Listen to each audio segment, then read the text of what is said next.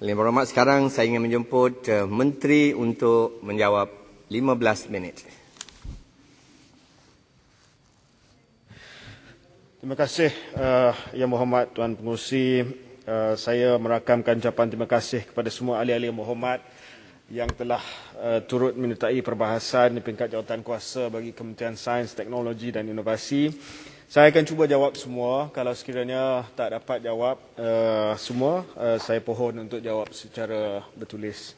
Saya pergi pertamanya kepada Yang Berhormat Selayang. Kita telah mengambil maklum berkenaan dengan penurunan perbelanjaan gross expenditure R&D dan juga business expenditure R&D. Justru di bawah dasar baru, kita mensasarkan peningkatan bagi gross expenditure R&D daripada 1.04 kepada 3.5% dan business expenditure on R&D ditingkatkan daripada 43.9% kepada 70% menjelang tahun 2030 dengan pelbagai inisiatif dan juga insentif diberikan untuk meningkatkan perbelanjaan tersebut. Manakala penyelidikan pembangunan eksperimen ditingkatkan daripada 24.5%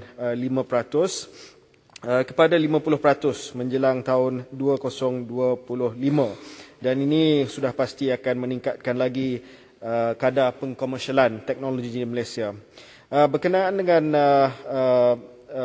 dasar yang tidak ada yang terlalu banyak silo dan tidak dilihat holistik. Sebab itulah sekarang ini kita sedang menyusun semula agensi-agensi di bawah MOSTI, termasuk agensi-agensi pembiayaan teknologi, itu perkara yang dibangkitkan oleh Bakri tadi, dan juga agensi-agensi yang berkaitan dengan pengkomersialan teknologi. Kita kena pastikan bahawa agensi-agensi yang ada di bawah MOSTI tidak bertindih dari segi pengkomersialan teknologi. Justru sekarang ini saya sedang melihat kepada usaha-usaha untuk memastikan bahawa agensi-agensi ini dapat diselaraskan semula agar kita dapat satu teknologi commercialization agency yang tidak bersilo, yang tidak bertindih, yang fit for purpose technology commercialization agency dengan izin untuk manage talent dan fokus on R&D for critical areas that have been identified in our national development plans. Saya juga ingin memaklumkan kepada Yang Berhormat Selayang bahawa sudah pasti di bawah syarikat pemula startup, kita tidak hanya menggalakkan mereka mempunyai mentaliti tidak boleh gagal, sebab kegagalan itu adalah perkara biasa, terutamanya di peringkat awal. Sebab itu untuk pembiayaan syarikat-syarikat teknologi ini kita ada dua pendekatan. Satu pendekatan adalah on a commercial basis. Dan ini adalah pembiayaan yang dibuat oleh syarikat agensi seperti MAVCAP, di mana kita seperti mana yang Berhormat Bakri telah memulakan dahulu, kita fokus kepada pelaburan equity secara fund of fund model. Namun demikian, ini bukanlah the only way we invest. Ya, we invest also not just for commercial purposes dengan izin, tetapi juga untuk strategic purposes. Sebab itu kita ada agensi seperti MTDC yang mungkin tidak mengambil pendekatan fund of fund, tetapi mengambil pendekatan equity terus untuk memastikan bahawa syarikat yang awal ini, walaupun kita nak mereka berjaya, tetapi kegagalan itu tidak dianggap sebagai perkara yang menghalang mereka untuk cuba lagi. Saya pergi kepada Yang Berhormat Bakri, perlukan perincian pengurangan peruntukan PSN. Bermula tahun 2021, PSN diberikan butiran sendiri berbandingkan tahun sebelum ini di mana peruntukan PSN disatukan dengan planetarium negara. Peruntukan PSN bagi 2021 adalah bertambah untuk peruntukan pembangunan dan juga mengurus. Peruntukan pembangunan PSN bertambah 75% daripada 6 juta ke 13.5 juta. Berkenaan dengan MOSP, kita sudah melatih 50 data scientist dan data curator dan sasaran untuk melatih lagi 150 data scientist dan data curator. Program MOSP akan diteruskan, ya, dan sekarang ini garis panduan perkongsian data sedang dimuktamadkan dan akan mula digunakan pada suku tahun pertama tahun 2021. MOSP platform ini dijangka siap pada bulan Mei 2021 dan platform dijangka siap sepenuhnya pada Oktober 2021. Dan platform ini sedang dibangunkan dengan kerjasama oleh agensi MIMOS. Berkenaan dengan iAlert, telah digantikan dengan sistem Power BI dengan modul yang sama tapi ditambah baik dengan dashboard menggunakan Big Data Analytics. Berkenaan dengan iConnect, kita sudah melantik 4 neutral entity untuk menjadikan penyelenggara 4 platform ekonomi, iaitu Halal bagi Halal Development Corporation, bagi Industry 4.0, Nano Malaysia, bagi Fintech in Islamic Finance, INSIF di bawah Bank Negara Malaysia, dan satu lagi adalah Health and Wellness. Kita akan mula mewujudkan foundation industry members untuk setiap platform dan akan mula membuka broadcast research pada suku tahun pertama, tahun 2021. Dijangka pada tahun 2021, 4 hingga 5 projek akan dimulakan. Bakri juga telah bangkitkan berkenaan dengan MISA. MISA program remote sensing satellite dalam program yang dicadangkan dahulu akan diteruskan. Kita cadangkan tahun ini akan dikeluarkan RFP terbuka untuk kita menerima cadangan-cadangan daripada industri swasta, dan cadangannya adalah supaya dibangunkan sebuah remote sensing satellite Malaysia yang akan menyertai constellation antarabangsa. Berkenaan dengan isu kabotaj yang dibangkitkan oleh Yang Berhormat Bakri, saya pun telah bangkitkan perkara-perkara yang telah dibangkitkan oleh Bakri dalam Mesyuarat Jemaah Menteri yang telah diambil maklum oleh Kementerian Pengangkutan dan sedang dirangka satu prosedur yang boleh pertamanya memberi peluang kepada industri tempatan, tapi pada masa yang sama tidak akan menjejaskan masa yang diperlukan untuk dibuat kerja penambahbaikan kepada kabel submarine. Ya. Dan promosi. Saya banyak lagi Bakri. Ya. Sikit. Ya. Tapi Menteri yang sekarang challenge kita adalah keyakinan big tech. This giant tech already they don't have confidence disebabkan isu ini yang tidak berbincang dengan mereka dan kita membuat keputusan ini, dan saya nak sama ada Menteri boleh bincang dengan Menteri Pengangkutan sekali lagi untuk tukar ataupun ubah isu kabotaj ini, ataupun ini adalah muktamad sudah. Terima kasih Bakri. Baik, terima kasih Bakri. Perkara ini masih lagi kita sedang bincang dan juga kita akan uruskan syarikat-syarikat antarabangsa untuk menyampaikan keputusan kerajaan Malaysia kelak. Yang Berhormat Sibuti telah bangkitkan berkenaan dengan hydrogen economy dan saya ingin sukacita maklumkan bahawa kita telah sedang membangunkan teknologi roadmap untuk mengarusberdanakan inisiatif dan projek berkaitan hydrogen teknologi, memberi hala tuju ekonomi hydrogen dari segi teknologi-teknologi penjanaan dan penyimpanan baru. Ini termasuklah R&D di peringkat universiti, termasuk projek hydrogen Sarawak, termasuk partnership dengan Petronas, teknologi penjanaan hidrogen Nano Malaysia, dan juga potensi bagi Petronas untuk menceburi pasaran blue hydrogen di Semenanjung. Potensi impak kepada GDP daripada hydrogen economy ini kita jangkakan $2 billion menjelang tahun 2025, dan satu sektor yang kita akan jadikan sebagai sektor tumpuan dalam rancangan Malaysia ke-12 nanti. Yang Berhormat Sibuti juga telah bangkitkan berkenaan dengan isu JPN dan Jabatan Kimia. Jabatan Kimia Sabah dan Sarawak bersedia memberi khidmat analisis DNA. Cost consumable kita sedang berunding dengan JPN supaya tidak terlalu tinggi kepada mereka yang ingin minta analisa DNA.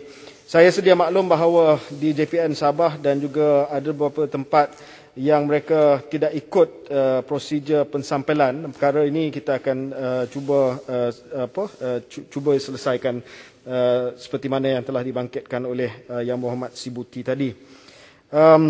Yang Berhormat Dongun, Jerai dan Sibuti telah bangkitkan program pembudayaan STI Pusat Sains Negara dan Planetarium Negara. Antara inisiatif kementerian adalah dengan menaik taraf infrastruktur dan juga infostruktur pusat sains negara yang meliputi pembangunan fasiliti, penambahbaikan program pendidikan dan naik taraf pameran. Usaha ini bertujuan untuk menjadikan pembelajaran berteraskan STEM lebih menarik melalui pendekatan informal science learning yang lebih interaktif dan informatif, seterusnya memberikan keselesaan dan keseronokan berganda kepada pelajar.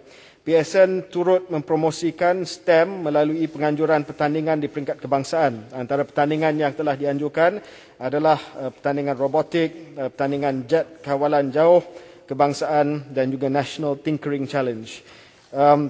Kementerian juga melalui unit outreach PSN telah bergerak aktif di seluruh Malaysia bagi menjalankan program jangkau luar bagi mempromosikan STEM di sekolah. Program jangkau luar yang dijalankan oleh Pusat Sains Negara disusun dengan terancang mengikut zon seluruh Malaysia. Untuk makluman Yang Berhormat Dungun, Minggu Sains Negara COVID-19 tidak menghalang aktiviti pembudayaan sains. Kita telah menjalankan contohnya pertandingan sains kebangsaan secara maya pada tahun ini dan masih lagi mendapat penyertaan daripada 1024 pasukan sekolah yang telah mengambil bahagian. Yang Berhormat Kuala Selangor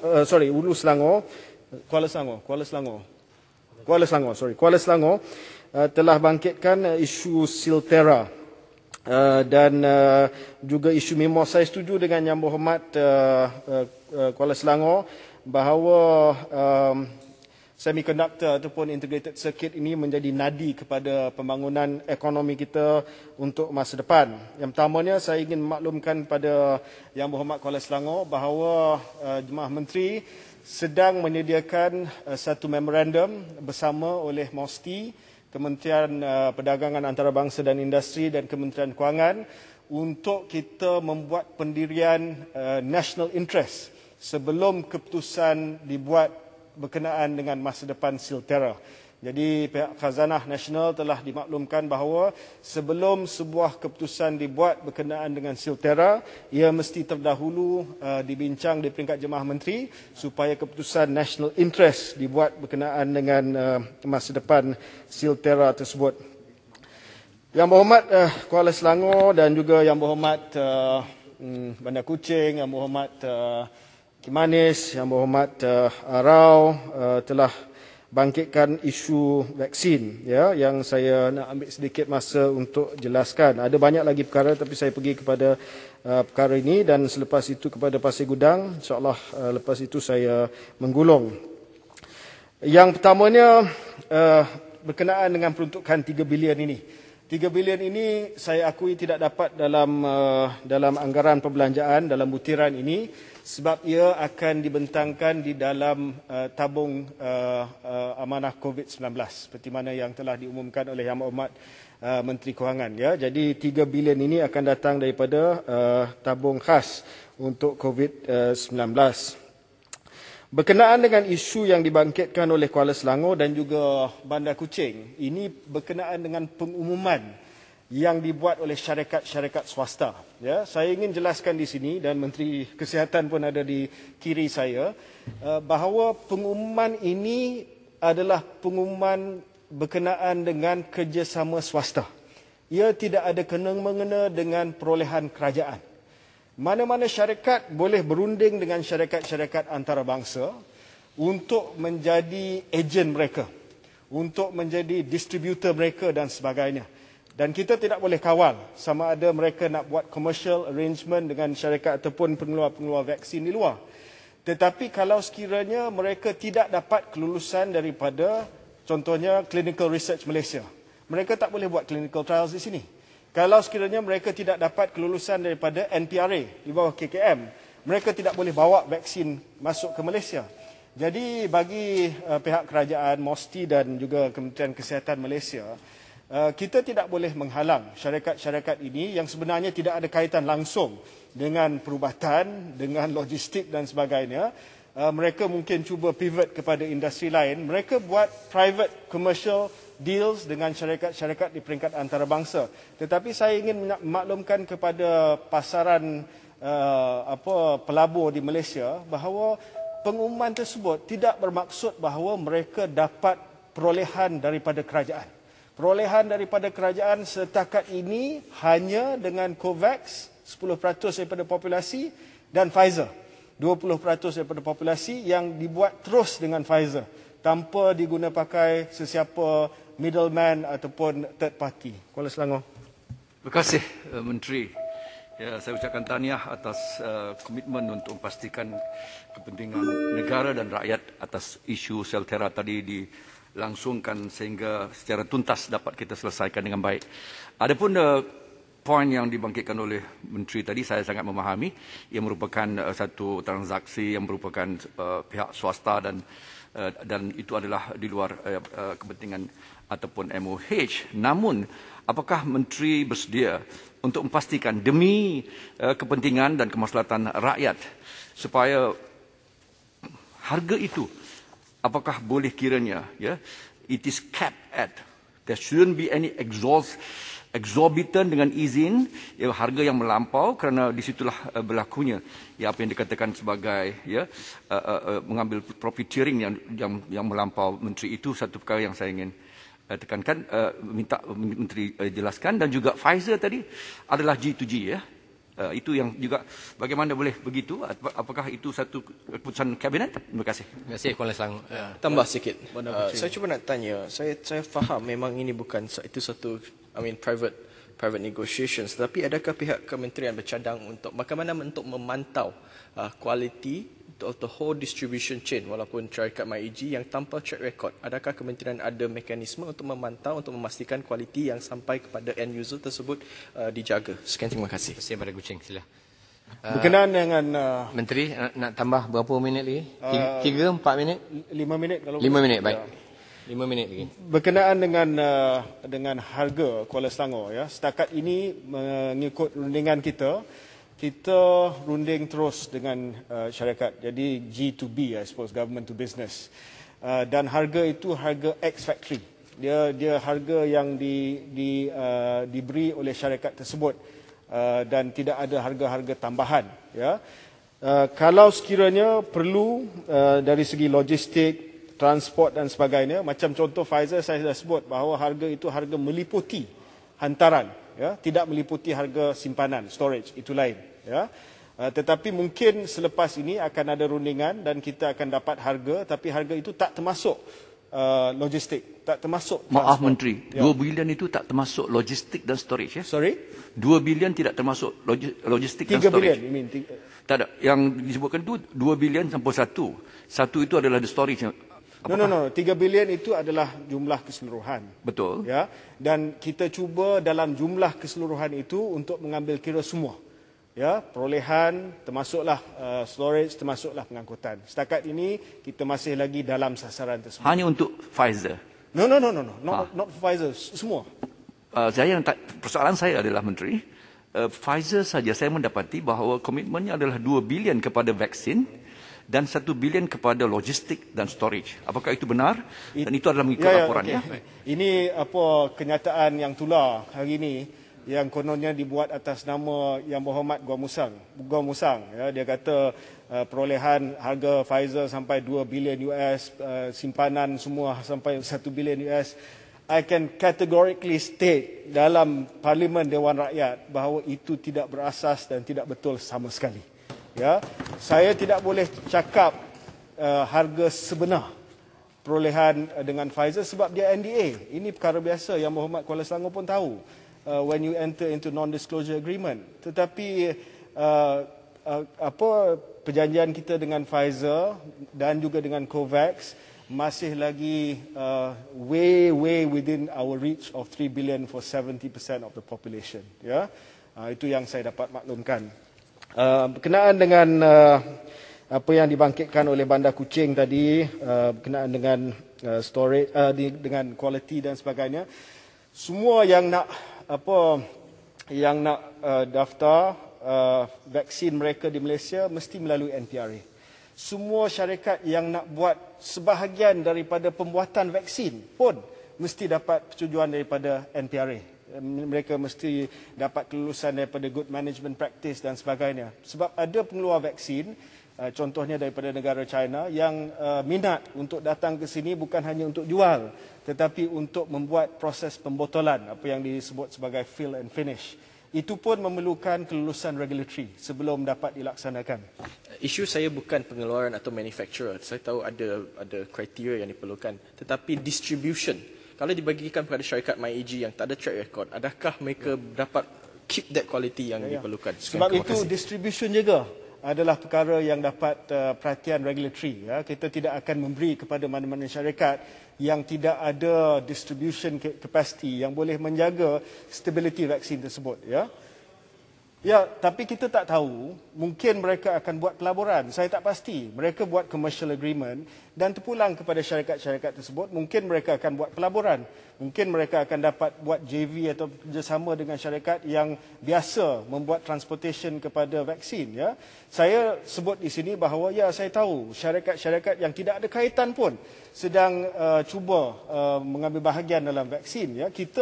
Saya dengan Menteri Kesihatan, kita berdiri teguh dengan regulatory approval, pertama. Yang kedua, tapi kalau ada usaha daripada syarikat tersebut untuk mendapatkan kepakaran, itu terpulang kepada mereka. But we must make sure that quality and safety is assured. That I guarantee I give you. Last point, Menteri. 45 saat lagi. Last ya.